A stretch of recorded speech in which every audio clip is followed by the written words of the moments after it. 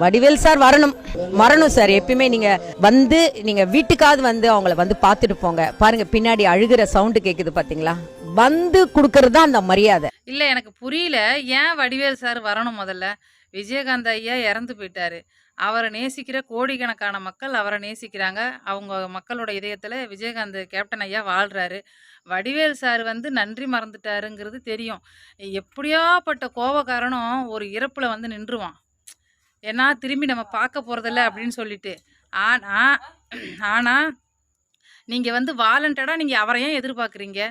அவரு உண்மையிலே மறப்போம், மன்னிப்போம் அப்படின்னு ஒண்ணு இருந்துச்சுன்னா, அவரு அந்த இறப்புல வந்திருப்பாரு. அதுவும் கேப்டன் ஐயா இறப்புக்கு வராதவங்களும் வந்தாங்க. ஆனா, அவரு வரலங்கும் பொழுது, அவரு இதயம் இரும்பா இருக்குன்னு உங்களுக்கு தெரியலையா? நீங்க ஏன் வாலண்டடா அவர வந்து கூப்பிடுறீங்க? அவரு வரவே வேண்டாம். எதையுமே கூப்ட்டுலாம் வரக்கூடாது. தானா நமக்கு தோணணும் வரணும்.